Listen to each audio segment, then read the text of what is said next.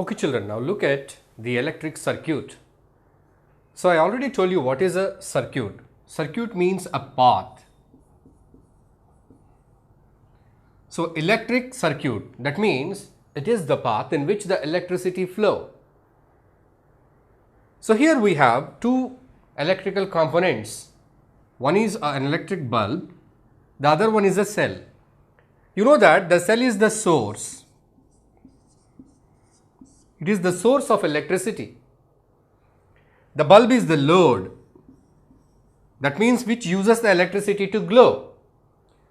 So if you wanted to make this bulb glow, you should supply electricity from battery to the bulb. So how do you do that? We need the help of a conductor to carry the electric charges from the battery, from the cell to the bulb. So what is a conductor? You can take wire as a conductor, right? A wire, a copper wire or an aluminum wire is a good conductor of electricity. So here we take a wire, connect the wire to one terminal of the bulb. The bulb has got two terminals. We have seen that in the previous part of this lesson. A bulb has got two terminals. So this is one terminal and this is the other terminal. So from the other end of the cell, one more wire is connected to the other terminal of the bulb. So we made the connection. Now what happens? So the electricity, it flows in the conductor, in the wire, and it reaches the terminal of the bulb, and from the terminal it flows through the filament of the bulb. When electricity flows through the filament of the bulb, the filament it glows and it emits light. Now the electricity is coming back through the conductor to the cell. So this is a closed circuit. This is a closed path. The path is closed. Only when the path is closed or only when the circuit is closed, only then we see the flow of electric charges. That means if the circuit is broken, that means I have disconnected the cell over here. Now there is no flow of electricity. You may think that, okay, this terminal of the cell is connected to this terminal of the bulb, so there will be some flow of charge in this part. It's wrong. If the circuit is broken at any place, at any point, then you don't find the flow of electric charges, right? So sometimes even though you connected the circuit, the bulb is not glowing. What might be the reason? The bulb might be fused off. That means the filament of the bulb sometimes gets burnt because of high voltage, because of physical damage. If the filament is fused, that means if it is burnt, then there is no bulb glowing. Okay? So here we have to notice one point, that when a circuit is closed, only then the flow of electric charges takes place. The electric charges, they cannot travel in an electric path unless until it is closed. So this is a electric circuit. So we can make the circuit so simple, not even this complicated. So somebody get a doubt, can we make this circuit without this wire, this conductor? Yes, of course. You can take a cell, the positive and negative terminal, you can fix a wire. So now you are attaching the wire to one terminal of the bulb here. So here you have fixed the wire from the negative terminal of the cell to one terminal of the bulb. Now the other terminal of the bulb can be directly connected to the positive terminal of the cell. Then only the bulb glows. Then also the bulb glows. Because anyway you have to connect the two terminals of the cell to the two terminals of the bulb. Then the bulb glows. Then the circuit is complete. Okay? Right. Sometimes in our houses you see that the circuits are made, but all the time the lights do not glow. Daytime do the lights glow? No. Why? Because you will switch off. So in a circuit, they will put one more component called as switch.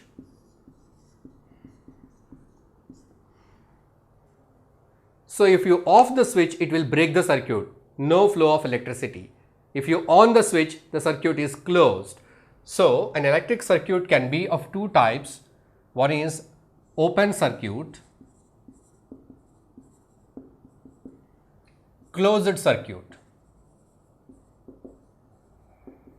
This open circuit is also can be called as broken circuit. The circuit is broken. Once the circuit is broken, there is no flow of electricity. Once the circuit is closed, then there is flow of electricity. So that is what we do with the switches all the time. If you switch on, you are completing the circuit, you are closing the circuit, then the electricity passes. Then the fan runs, light glows, TV ons. If you switch off, you are breaking the circuit, so by that the supply or the flow of electric charges stop, so by that the device is stopped. So we discussed the importance of switch. We understood what is a switch, how is it useful. So it is used to open and break the circuit. It is used to close the circuit. It is used to break the circuit. So by that we can operate the electrical devices or appliances. But how can we make one switch?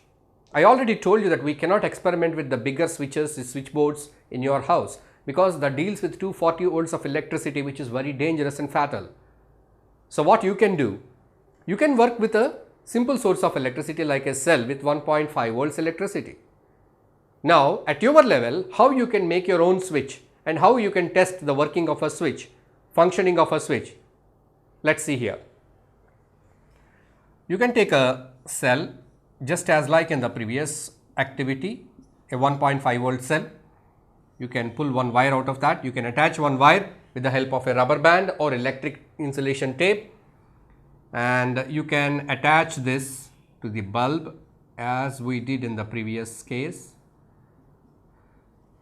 So now from the other terminal of the bulb we have drawn one wire, and from the negative terminal of the battery also we got one more wire. So these two wires are not connected. The circuit is broken. No flow of electricity. Here we are taking a small wooden block, and we are taking two pins, brass pins. You will get the pins in the stationery shop, which are used to fix the chart to the notice board, pegs, also called as pegs, right? So such pins you have taken. Now to one of the pin you have fixed one safety pin. You know what is the safety pin? So safety pin is fixed to this pin. Now how the safety pin is? The safety pin is not attached to the second pin here. So you connected one wire to the pin A and this is the pin B. So in between what is there? Safety pin is there. So the safety pin you can adjust, you can move. If you contact the safety pin from pin B to A, then the circuit is closed. The electricity it flows. So this electricity it flows through this and it comes to the battery. That means you have made your own switch with the help of a safety pin and two notice board pins, right? So you can anytime you can connect this. When you connect this, you are closing the circuit, the electricity flows, the bulb glows, and when you take it away, then the circuit is broken, the flow of the electricity stops. So by this way you can make your own switch and you can make your own circuits by using a cell and by using a small bulb and wires and the safety pins. You can arrange a switch also in your circuit. So now let us see another important topic of electricity, that is all about the materials that are used to conduct the electricity. So the materials that can conduct the electricity, that means that allow the electricity to pass or flow through them, those are conductors. If any material, if it is allowing the electricity to pass through it, it's a conductor. If a material, it's not allowing the electricity to pass through it, it's an insulator. There are advantages of both the materials. Okay. So in electricity, in electrical appliances, In the applications of electricity, both materials are important. Conductors are important as well as insulators are also important. Now let's see what is a conductor, what is a non-conductor with the help of a simple activity. Here we have a setup of a cell and a battery. You know that this is a closed circuit, but here you see that between the two pins there is nothing connecting. The bottom one is a wooden block. Okay, anyway, I will remove this part also for more clarity. Now you see here we have some two pins. So now you see the circuit is broken. It's not closed circuit. So there is no flow of electric charges. Right. So here we are given some items to complete this circuit. So by that the electricity it flows. Right. So this is open circuit. If you keep something here and close the circuit, then the electricity should flow. Now I took the key, I kept the key over here, key, you know the key.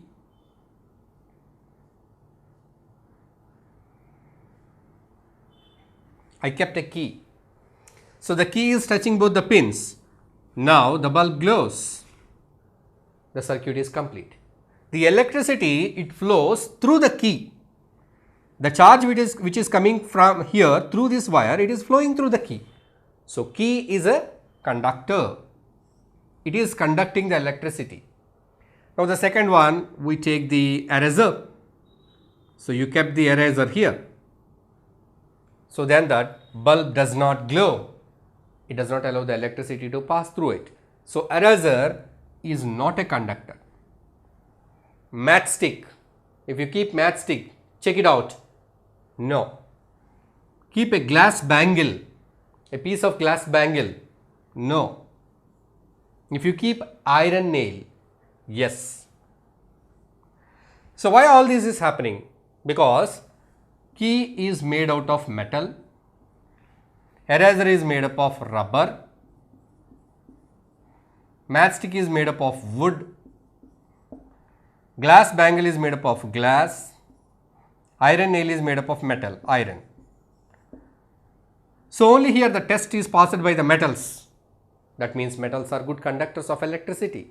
What are not good conductors? What are not the conductors? Rubber, wood, glass. So these are called as insulators. The materials that do not conduct the electricity, that do not allow the electric charge to pass through them, are called insulators. The materials that allow the electric charge to pass through them are conductors. So hope you find the difference between a conductor and an insulator.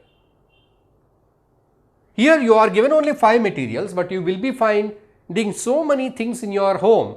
You can take your pencil, you can take the comb, you can bring so many items, some 20 items. So you make this circuit at home and check with each and every material which is a conductor and which is a non-conductor. But by surprising you, finally you will get the fact that only the metals they conduct the electricity. Rubber, wood, glass, plastic. If you use a comb, the one which you use to comb your hair, if you place the comb, it doesn't. That is made up of plastic. So these materials, they do not conduct the electricity. Those are insulators, right? So this is all about the electric conductors and insulators. So we have seen what are conductors and what are insulators. Now let us see some of the applications of conductors and insulators. I already told you that both of them, conductors as well as insulators, they have their own advantages in the field of electricity, in the application of electricity. Conductors, they are used to make electric wires, that is to conduct the electricity, and electric by electronic components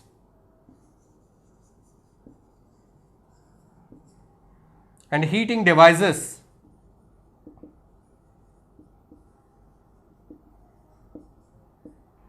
So electric devices, heating devices, electronic components, electronic and electrical components, wire, electrical wire, the wire which conduct the electricity.